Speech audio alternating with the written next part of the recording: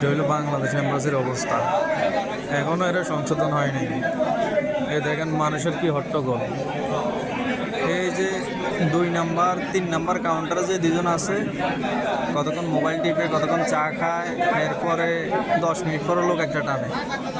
ওই যে 5 নাম্বার কাউন্টারে যে আছে 10টা বাজে আসছে, আইসা খোলে মানুষ 4জন থেকে উঠে গেছে। আবার 11টা বাজে আসছে, আইসা মনে করেন একজন দেখছি, দেখে আবার উঠে গেছে। এই যে এমন আবার আসছে, আইসা এমন আবার 6জন মানুষ দেখছি। এই যে 2 নাম্বার কাউন্টারে যে এর ব্যবহার আর কুত্তার ব্যবহার আরও ভালো। 3 নাম্বার কাউন্টারে একই অবস্থা। এই যে 1 নাম্বার কাউন্টারে হট্টগোল শুরু হয়ে গেছে। হ্যাঁ, এই হলো বাংলাদেশ এম্বাসির অবস্থা। কুয়েত বাংলাদেশ এম্বাসি দেখেন কী অবস্থা।